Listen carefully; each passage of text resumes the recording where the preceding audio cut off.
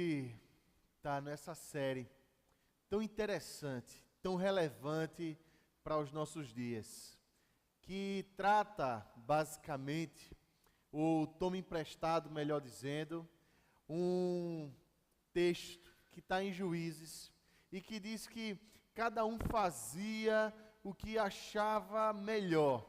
Isso é a cara dos nossos tempos, onde o homem é a razão de todas as coisas, o homem sabe o que é melhor para si, em que existe assim uma confiança muito grande na racionalidade e capacidade humana de discernimento.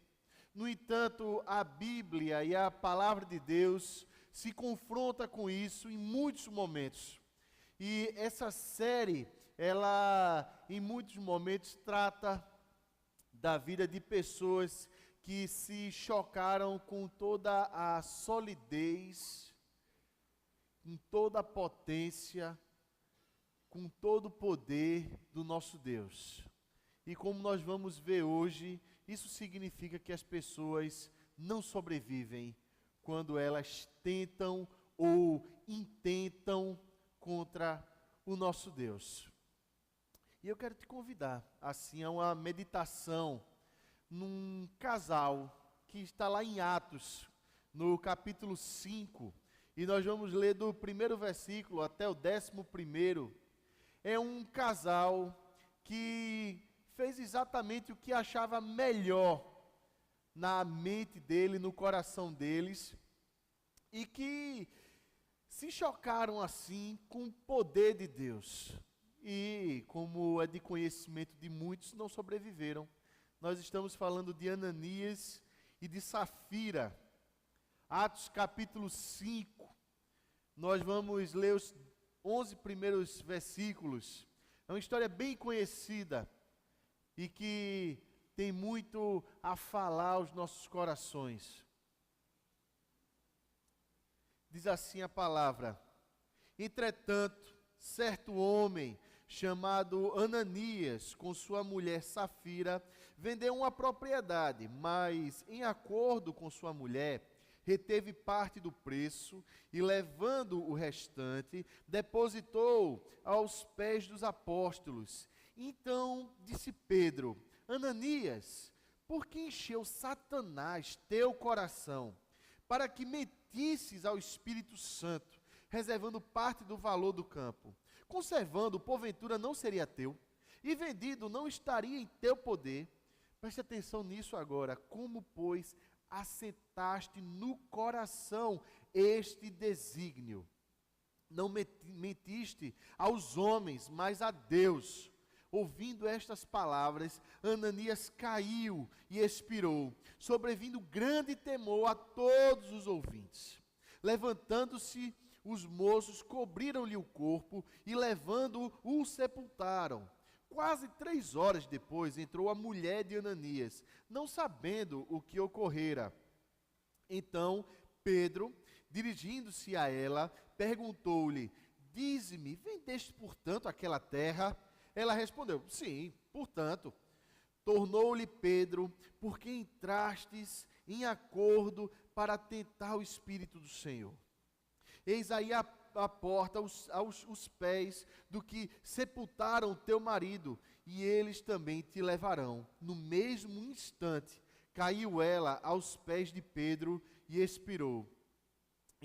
Entrando os moços, acharam-na morta, e levando-a, sepultaram-na junto do marido. E sobreveio grande temor a toda a igreja e a todos quantos ouviram a notícia destes acontecimentos. Vamos orar? Deus, a tua palavra é viva e eficaz. E ela é penetrante, Deus. Ela vai fundo no nosso coração, na nossa mente. E ela tem essa capacidade única, maravilhosa, de nos fazer refletir, discernir sobre os caminhos da nossa vida, os caminhos do nosso coração, os desígnios que estão assentados no nosso coração, aquelas coisas, Deus, que às vezes são acertadas na nossa mente, de forma que ficam enraizadas e até caem no nosso próprio esquecimento, mas estão lá consolidadas como metas, objetivos, valores que nós tentamos a todo custo. O que a gente te pede é que o Senhor revele isso a nós nessa tarde e noite, Deus, e que esse tempo aqui, Pai, seja sobre todas as coisas, Deus, um tempo que te agrade, um tempo, Deus, que reflita, Pai, algo teu, Deus, da tua bondade, da tua graça, do teu poder e da tua soberania, Pai. Em nome de Jesus. Amém e amém. Nós estamos tratando disso que Bauman, um sociólogo, morreu há pouco tempo, falou de uma sociedade líquida, e nessa sociedade líquida nós temos conceitos, nós temos valores, nós temos tudo líquido, relacionamentos líquidos, inclusive espiritualidade líquida.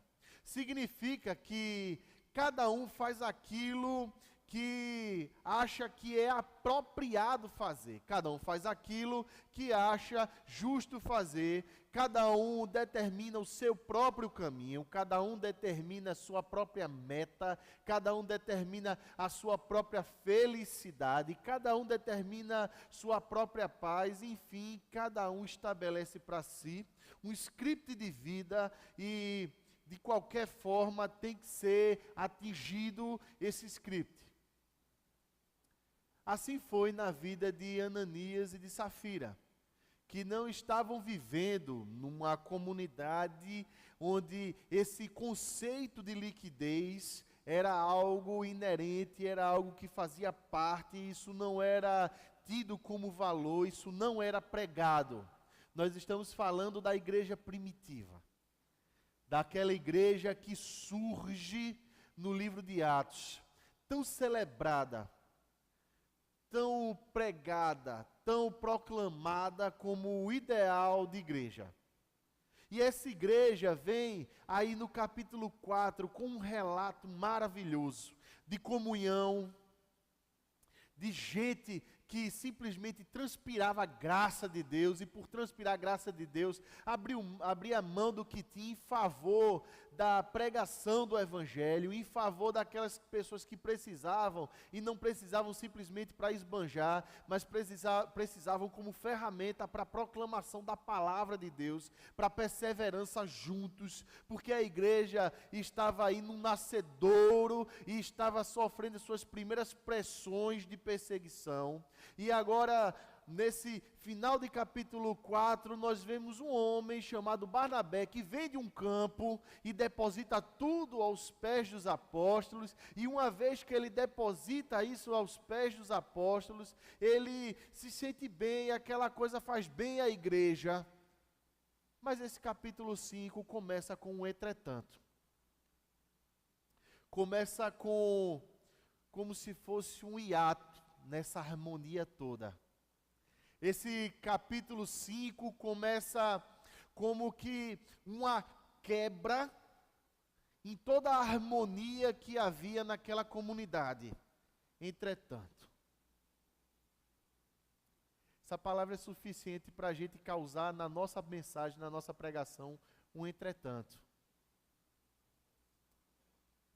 Entretanto, nós vivemos numa comunidade de pessoas cristãs. Nós estamos aqui juntos, perseverando nessa tarde e noite fria que convida a ficar em casa, não é verdade? Convida a um programa de domingo, convida a um cochilo na frente da televisão, não é? A um domingão do Faustão, sem nada na cabeça.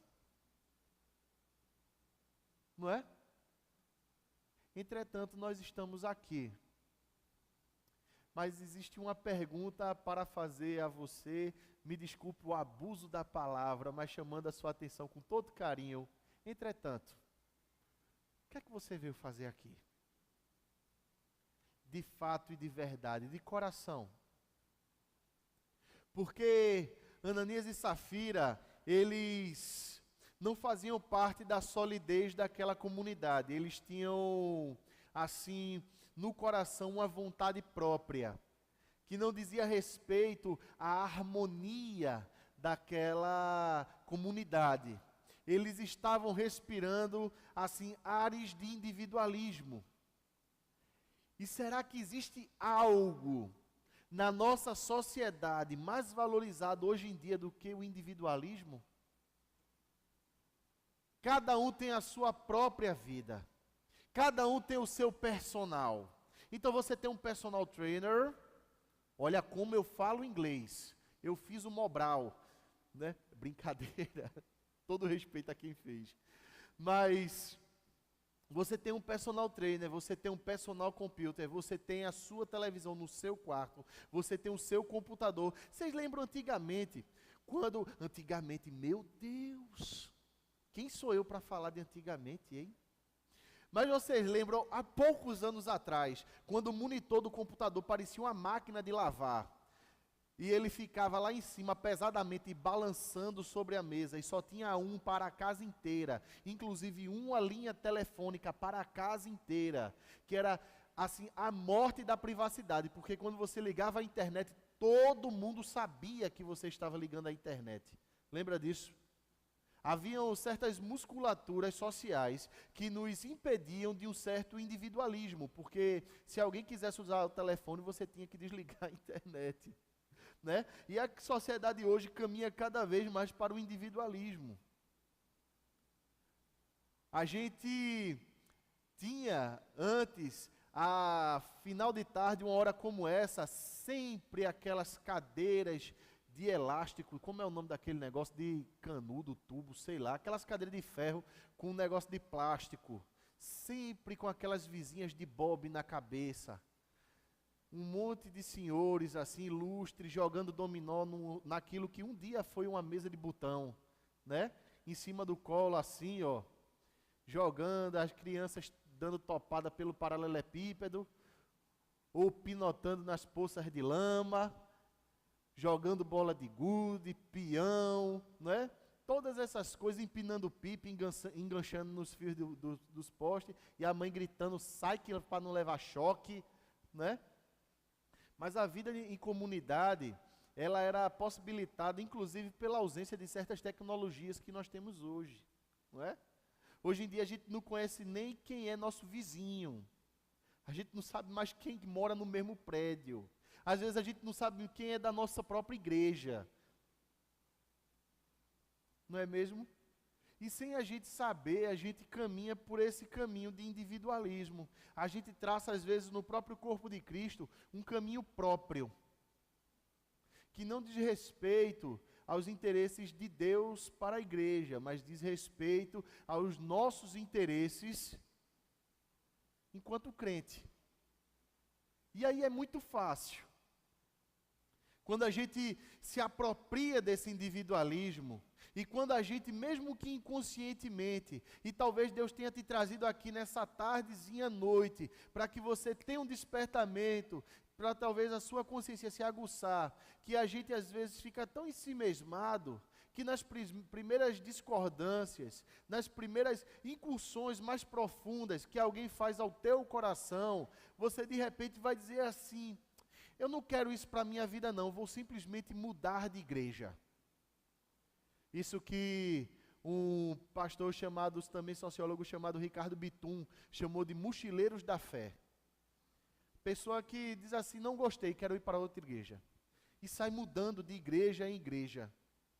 Sai fazendo turismo de igreja em igreja. Dizendo assim, o meu objetivo aqui é o louvor, porque o louvor dessa igreja é muito diferente. O meu objetivo aqui é contribuição, porque o pensamento social dessa igreja, as obras sociais dessa igreja são muito diferentes. O meu pensamento aqui é simplesmente ouvir a mensagem, porque o pastor daquela igreja fala com autoridade, sem nem saber biblicamente o que essa palavra autoridade significa. Ela, inclusive, ressignificou no seu individualismo essa palavra autoridade, e no final das contas é a palavra dela, é a autoridade dela que guia e que determina todas as coisas.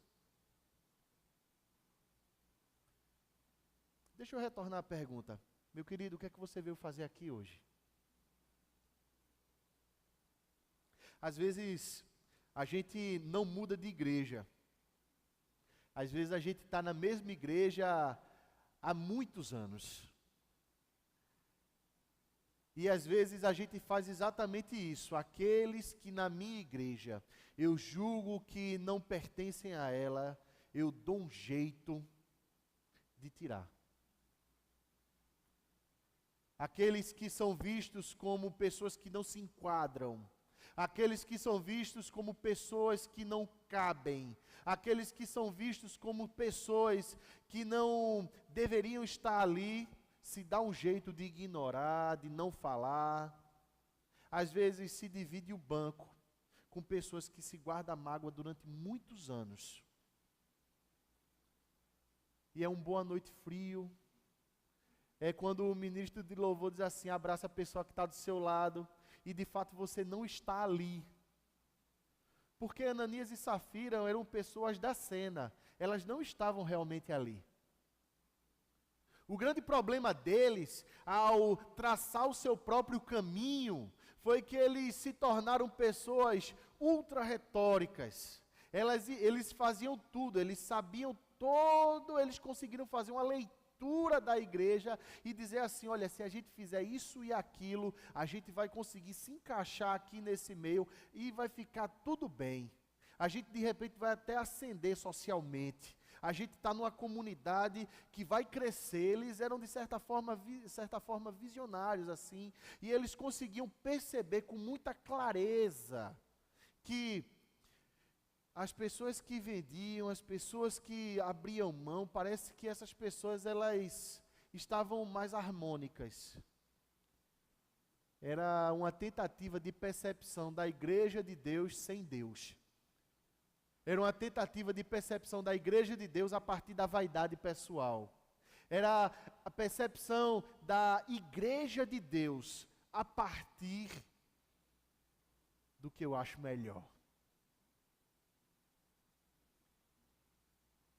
E aí, eles se tornam essas pessoas que são verdadeiras falsificações de cristianismo. Extremamente pertinente a palavra, entretanto. Entretanto, eles estavam ali, mas não estavam ali. Eles estavam ali de corpo, mas o coração não estava ali. Eles estavam ali, mas eles, de forma extremamente pensada, com seus próprios objetivos, decidiram que era melhor mentir, não falar a verdade. Era melhor não dar nenhuma sugestão, era melhor calar, era melhor... esse microfone está meio chiando, está todo mundo me ouvindo bem? Já me disseram que eu falo muito alto, eu não quero importunar ninguém, eu acho que talvez eu tenha puxado a minha avó. Eu tenho liberdade a falar porque ela já faleceu, né? Mas se tiver importunando, pode baixar um pouquinho, tá bom? Mas... eram pessoas que, elas simplesmente, de forma muito pensada, decidiram mentir, não ser verdadeiros, porque aquilo para eles era melhor. Nessa manhã, eu citei Santo Agostinho e eu volto a citar. Santo Agostinho, ele disse assim, eu prefiro as pessoas que me criticam do que as que me adulam, porque as que me criticam me fazem crescer. E as que me adulam me corrompem. E às vezes a gente vê isso. Pessoas que não pensam aquilo verdadeiramente, mas que tecem elogios, que abraçam, que beijam. São pessoas da cena. São pessoas extremamente simpáticas. São pessoas que entram por aquela porta, mas entram sorridentes, felizes. Parecem pessoas extremamente resolvidas dentro de si, sem problema nenhum, que postam no WhatsApp mensagem de gatinho, bom dia. Já viu isso? Com flor piscando, flor com gatinho, não é? Flor com gatinho e arco-íris, flor com gatinho, arco-íris e unicórnio, flor com gatinho, arco-íris, unicórnio, bom dia e versículo, não é? É quase um desfile alegórico em plena manhã. Bom dia. pessoas que parecem que são felicíssimas, mas que simplesmente estão revelando que no coração dela está assentado um desígnio que é acertado socialmente, de forma totalmente tácita e às vezes sem nenhuma consciência de que, assim como Chico Buarque dizia, nós somos obrigados a ser felizes. Né? Lembra dessa música? Agora eu era herói, meu cavalo só falava inglês, não é? Aí todo mundo é obrigado a ser feliz, todo mundo é resolvido, e todo mundo tem que ser igual.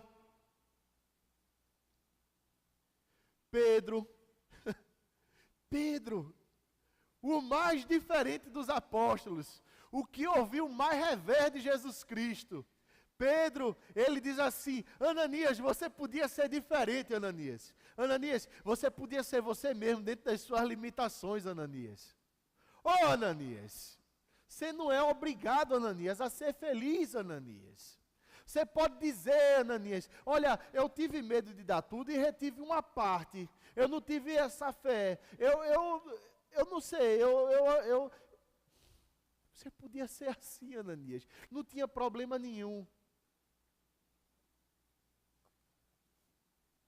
Mas, Ananias, tem uma coisa que você precisa saber, que a solidez do nosso Deus não tolera. A solidez do nosso Deus não tolera mentiras.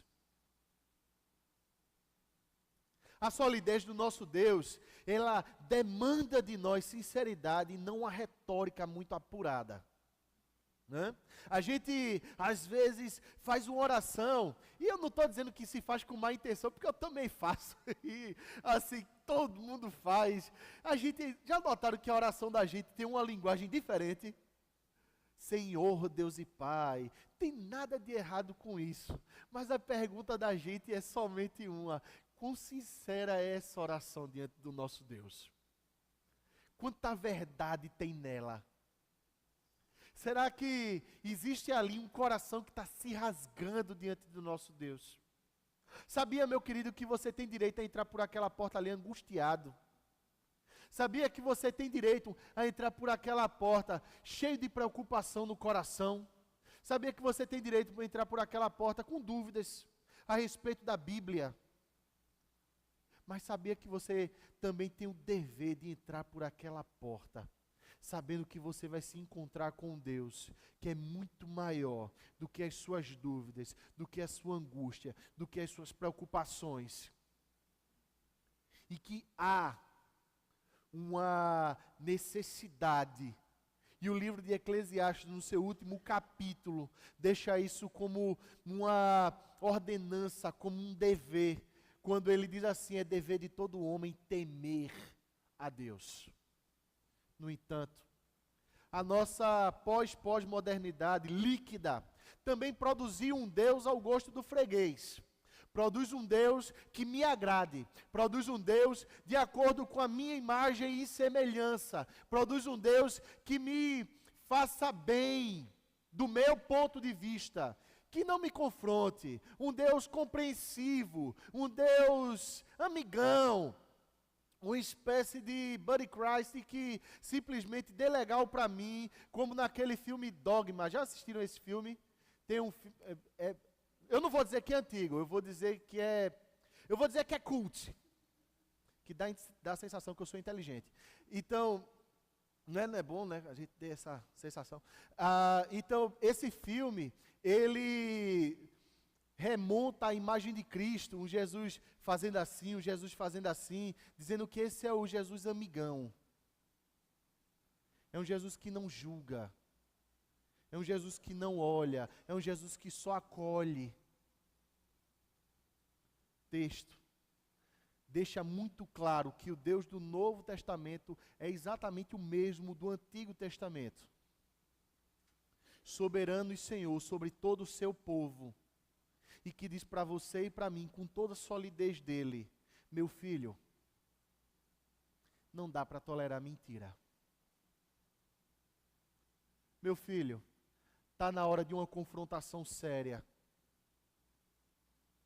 com meu amor Só que quando a nossa limitação se choca com a ilimitação do nosso Deus, quando a nossa impotência se choca com a potência do nosso Deus, nós vamos ter que reconhecê-la. Nós vamos ter que simplesmente curvar, como Jó fez, e dizermos e confessarmos assim: rapaz, eu falei aquilo que eu não sabia, meu Deus, eu me arrependo no pó e na cinza.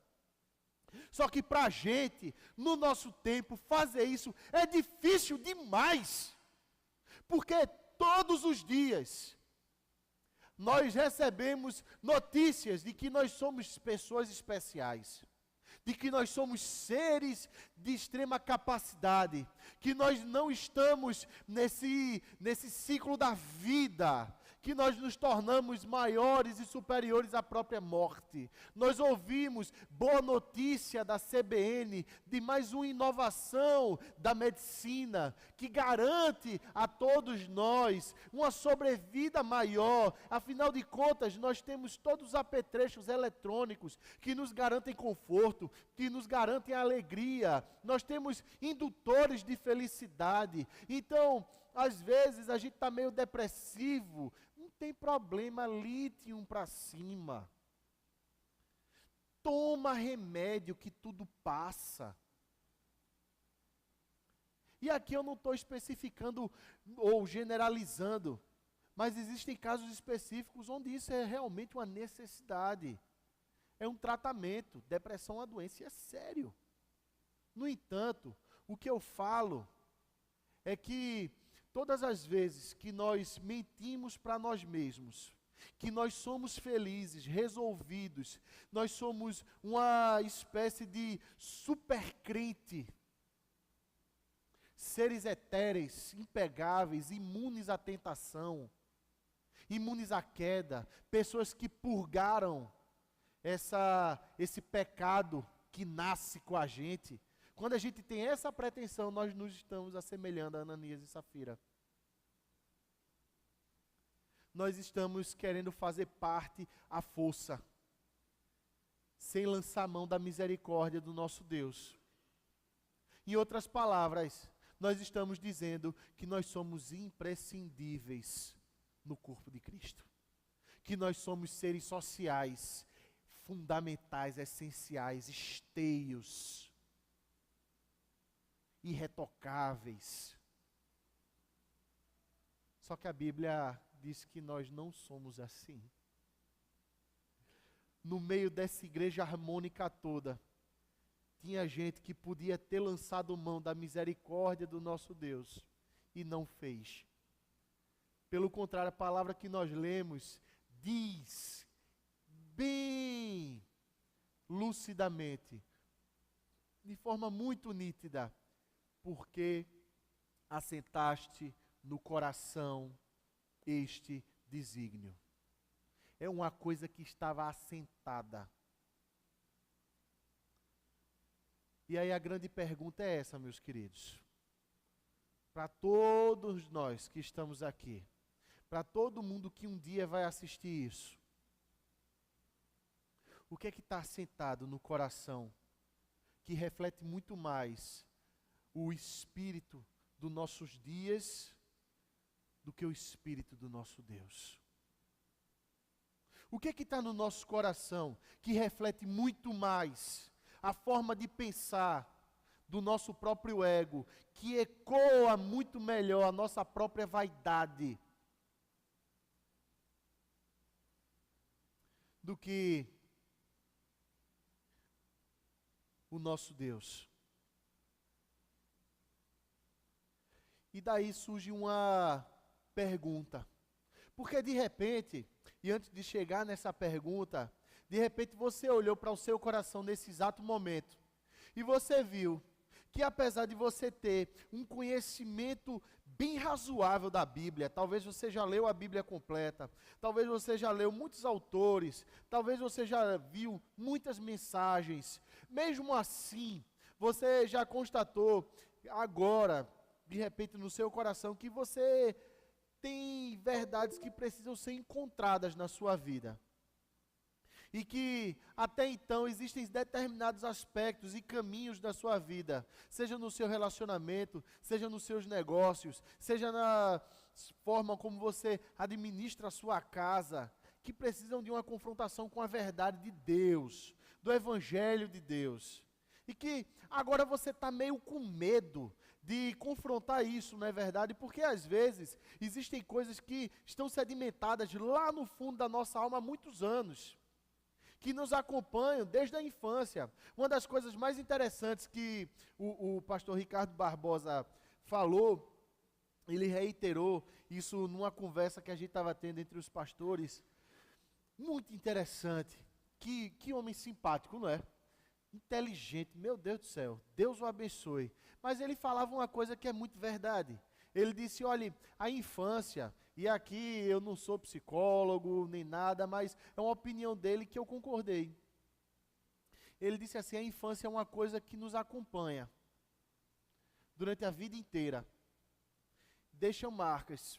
E às vezes a gente esconde isso. E porque a gente atingiu determinados patamares na vida da gente, a gente acha que suplantou aquele negócio do nosso coração, mas aquilo ali ainda incomoda. Às vezes a gente pensa que porque venceu determinadas marcas na adolescência, se tornou um adulto diferente e não venceu a partir de uma perspectiva bíblica, mas suplantou através de uma imagem de pessoa de sucesso, profissional, ou em termos de realização da casa, digamos, doméstica. Mas aquele negócio ainda está lá dentro e dói. Às vezes, existem casamentos que têm problemas que precisam ser resolvidos há anos, mas que em favor de uma harmonia artificial, não se mexe, deixa quieto. Porque outra marca muito forte nos nossos dias é o politicamente correto. Você não mexe naquele negócio ali não, que é para não causar um problema, uma frustração. Que é, não confronta não, deixa como está, deixa tranquilo. E essa coisa assim, a pessoa vai tentando colorir a vida artificialmente, como se fosse num livro daquele, tentando colocar em ordem a própria mente, dizendo que está tudo bem, repetindo esse mantra, está tudo bem, não está. Talvez você veio para aqui hoje, mas você deixou em casa gente magoada. Talvez você esteja aqui hoje, mas você não esteja agindo com toda a verdade que o Evangelho propõe, ao lidar com pessoas que são irmãos na fé. Talvez você esteja aqui hoje, meu querido, isso vale para todos nós, mas em algum momento da sua vida, ou da nossa vida, a gente esteja na iminência, ou em pleno estado de falsificação de uma espiritualidade que não está lá. Ô Ananias, ô Safira, e Pedro ainda dá essa oportunidade a Safira. Safira, o campo foi vendido por tanto, só que ela já tinha combinado. Já era uma coisa que estava na cabeça dela. Ela podia ter escapado, gente. Ela podia ter respondido diferente do que Ananias. Ela podia ter feito tão diferente, não é? E às vezes a coisa é assim, eu faço assim porque ele faz assim, eu respondo assim porque ele responde assim. Essa é uma outra forma de dizer assim, o que vale é a minha vontade, o que vale é o meu ego. E a gente só está alimentando essa sociedade individualista, que mente descaradamente, que falsifica, que hipervaloriza a felicidade das redes sociais, mas que não possui felicidade inerente. E que a felicidade depende de quantas curtidas a sua foto tiver. E que as suas férias vai depender de quantas curtidas a foto das férias vai ter. E que o seu prato é mais gostoso se você tiver muitas curtidas da foto que você tirou dele. E que seu senso de estética e de bem-estar pessoal vai valer a pena somente se as outras pessoas disserem. Safira, ela preferiu mentir do que se sentir só. Vocês já notaram que as pessoas, elas preferem mentir do que estarem sós? É melhor ser vigiado do que ficar só. Então se perguntam para você, está tudo bem? Está tudo bem. Se perguntam para você, está calor? E você, está calor. De modo que a gente simplesmente vai tentando se encaixar. E Safira, ela só estava tentando se encaixar, mas era a partir dela, a partir do que ela queria, a partir dos intentos do coração dela, era igual o marido dela. Ela poderia de repente ter falado, não, o campo não foi vendido por tanto, e teve um engano, e é melhor eu ficar aqui na Berlinda e ser tratada pela graça de Deus. É melhor eu ficar aqui na Berlinda e de repente ter rompido assim um pacto maldito que eu firmei com meu marido. Era melhor ela ter rasgado o verbo do que ter prosseguido com a mentira. Graça de Deus, meus irmãos, acolhe. Ela dá margem ao arrependimento. Foi dado margem ao arrependimento. Foi dado margem a Safira dizer assim, posso voltar atrás. Foi dado margem para ela dizer assim, há uma chance de retroceder. Existe um caminho de volta. Tem como. É interessante que exatamente o mesmo Deus do Antigo Testamento, ele dizia para o povo, você pode se arrepender. É o mesmo Deus que dizia, se o meu povo, que se chama pelo meu nome, se humilhar. É o mesmo Deus que dizia lá em Isaías, esse povo me adora com os lábios, mas o coração está afastado de mim. É o mesmo Deus que dizia assim, olha, se você me buscar de todo o coração, você vai me achar. É o mesmo Deus que oferece a graça.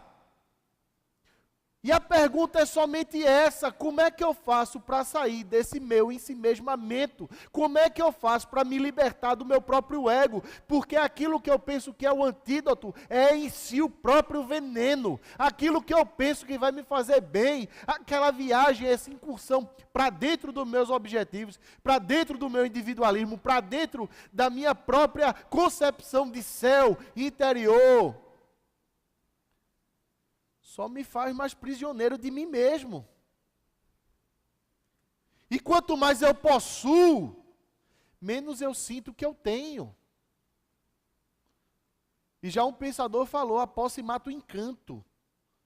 E todos aqueles que se firmam nos seus próprios caminhos, que se fixam no seu próprio objetivo, que respira esse individualismo, que faz simplesmente aquilo que quer, quando quer e como quer, são essas pessoas mesmas que nunca acham que têm o suficiente, nunca acham que são influentes o suficiente,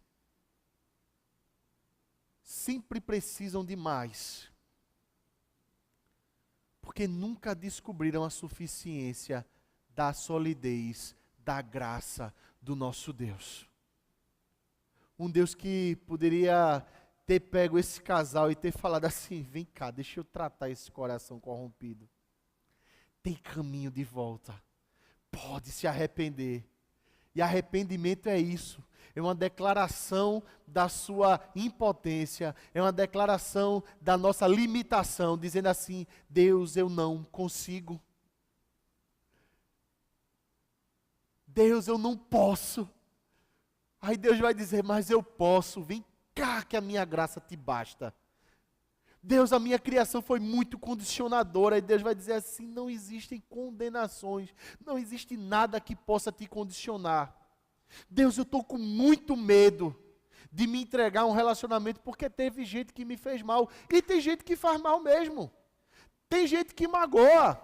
Às vezes gente da própria família. Às vezes é a esposa, às vezes é o marido, às vezes é um filho, é uma filha. Que magoa mesmo. E dói, gente. Isso não é brincadeira. Ou não machuca? Ou não dói? Ou a indiferença, às vezes, do marido não dói dentro de casa? Ou, às vezes, a forma como se fala não machuca o outro? Como é que a gente faz para suplantar isso se não for pela graça?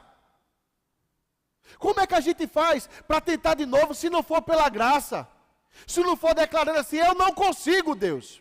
E Deus arracha você para perto dele e diz assim, mas eu consigo, meu filho. Larga a liquidez desse mundo e se encontra com a minha solidez. E você vai ver que você não está no mar, você está sobre a rocha. E essa rocha sustenta. Essa rocha te enche de poder para perdoar. Essa rocha te enche de poder para você andar a segunda milha. Essa rocha te enche de poder para você enfrentar a segunda-feira. Talvez cheio de medo no seu coração. E cheio de convites ao mesmo tempo para atalhos e objetivos pessoais. Para você trilhar o seu próprio caminho na sua própria empresa, no seu colégio, no seu, sei lá, onde você estiver. Seja onde você estiver. Amanhã e talvez hoje mesmo, você bote a cabeça no travesseiro e escute essas vozes que dizem assim, tem um atalho mais fácil. Sonega daqui, mente dali, puxa de cá, estica de lá, que tudo vai dar certo. E no final é só sorrir e acenar. É só falsificar. E o nosso Deus é sólido. E Ele vai dizer para você, a verdade mais amarga faz muito bem, mas a mentira mais doce te leva para o inferno. Porque o salário do pecado é a morte. Talvez você já não seja fulminado, meu querido, mas você já esteja vivendo em morte total e absoluta. Morreu no seu coração. E só para a gente terminar,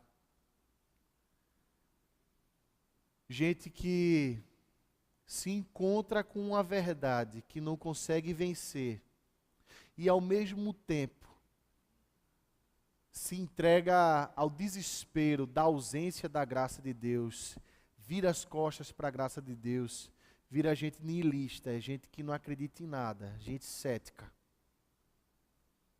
gente que se desespera, gente que diz que é a si mesmo, no final das contas acaba virando gente ressentida, gente que aposta que a vida de todo mundo está ruim, está tão ruim quanto a dela.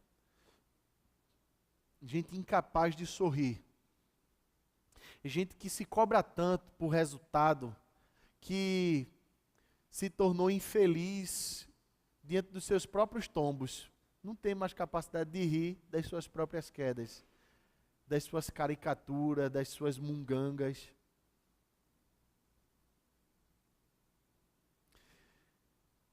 O que é que falta para a gente? Se de repente você encontra a verdade, mas não encontra com a graça de Deus, você vai se tornar uma pessoa seca. Se de repente você nega a verdade, mascara, você se torna uma pessoa mentirosa. Mas se você encontra a verdade das suas limitações, mas também se encontra com a graça de Deus, você se torna uma bomba do Evangelho, transpirando graça por onde quer que você andar.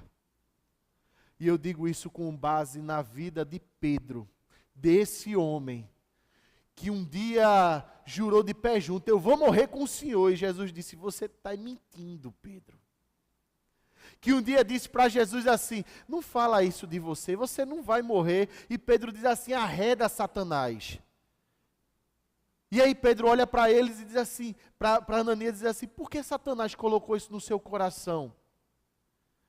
Pedro já tinha experimentado as emulações da mentira, as falsificações da mentira. Pedro já tinha visto essa coisa. E Pedro disse assim: eu sei de onde é que essa voz vem. E eu não quero isso para mim.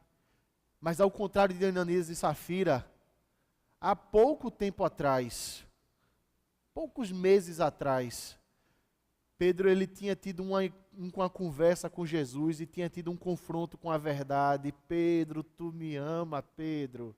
Aí Pedro dizia que sim, e aquela coisa inconsistente. Aí Jesus: Pedro, eu estou te convidando, Pedro, tu não está entendendo não, é Pedro? Aí Pedro: não, mas eu amo. Aí: Pedro, você me ama? Aí Pedro chora, de novo.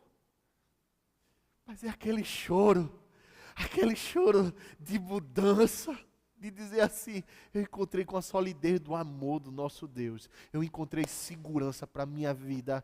Ananias, quem foi que ensinou isso, Ananias? Sai daí, Ananias, para de mentir, Ananias, fala a verdade, Ananias. Ananias não quis falar. Esse é o tempo da verdade, meus irmãos, mas esse é o tempo da verdade em amor. Esse é o tempo da verdade no nosso Deus.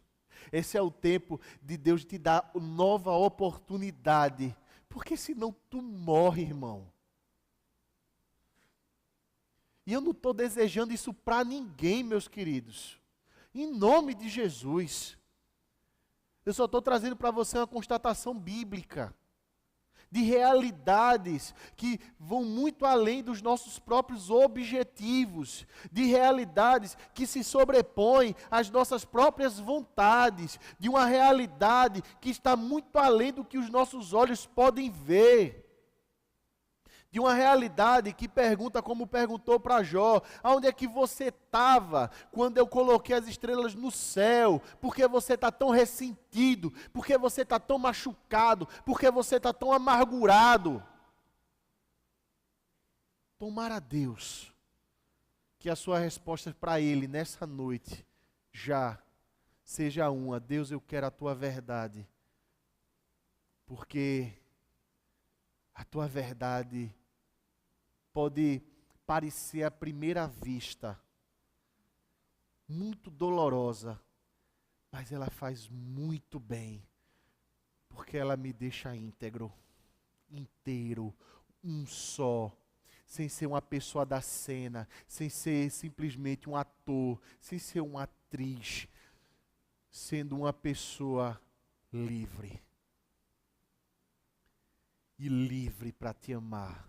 E livre para amar o nosso Deus significa necessariamente que nós somos seres retocáveis, cheios de defeitos, mas que encontraram força em Deus para perseverar e serem preservados por Ele. Que encontraram em Deus tolerância com todos aqueles que te magoaram, que te fizeram mal, e que hoje você tem a grandeza e a solidez do nosso Deus para orar por essas pessoas e para procurá-las e dizer assim: vamos acertar, irmão.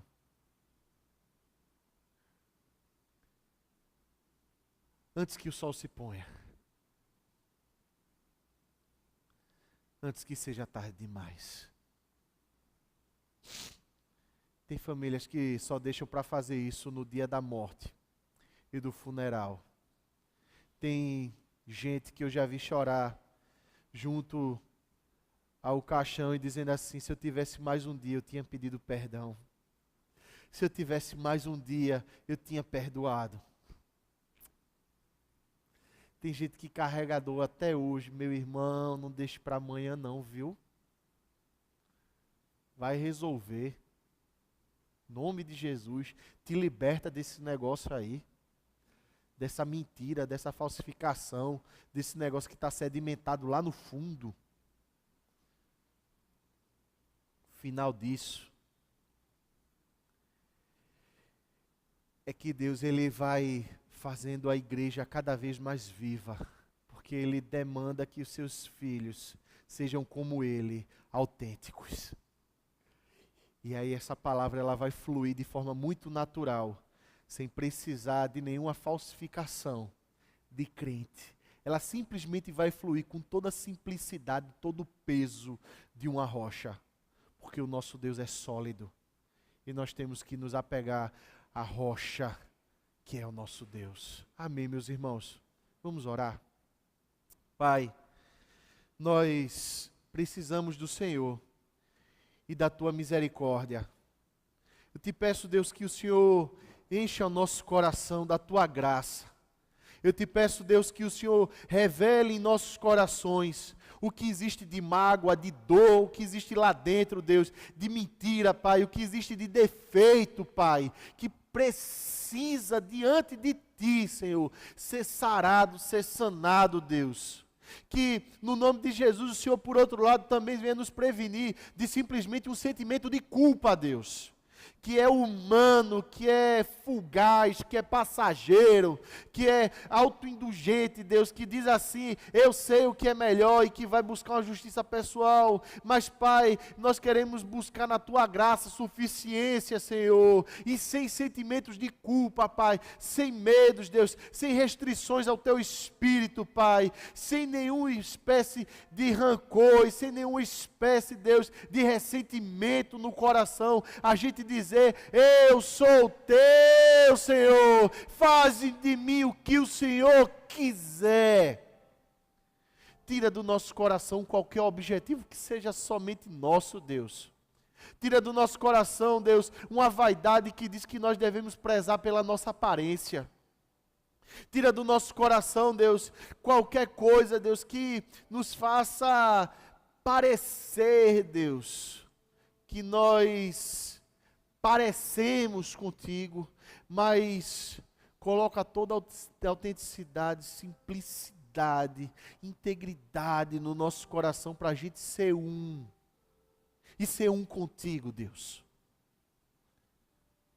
Oh Deus, a gente simplesmente repete para fora aquilo que Jesus também falou para o Senhor.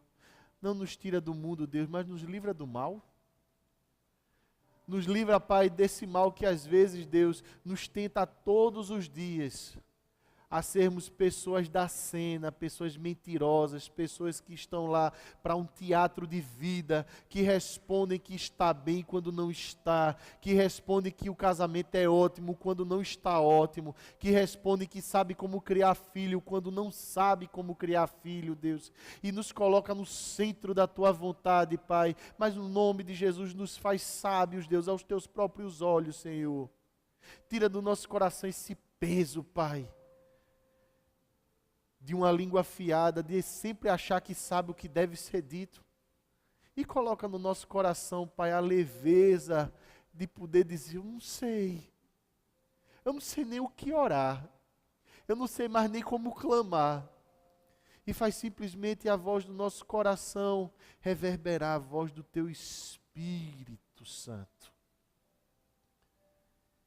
E que naqueles dias, Deus, em que tudo ficar tão complicado, Pai, em que a gente estiver na iminência de queda, Deus, de assinar um cheque sem fundo, de fazer uma coisa que não deve ser feita, de entrar num site que não deve ser entrado, Pai, no nome de Jesus Cristo, Deus, nos enche da Tua força e da Tua verdade, Deus, e que essa verdade fale tão contundentemente lá no nosso coração, Deus, de forma a não deixar nenhuma dúvida que é o Senhor que está falando, dizendo assim, meu filho, para com isso, volta, te arrepende, sai daí, menino, volta para cá, me abraça,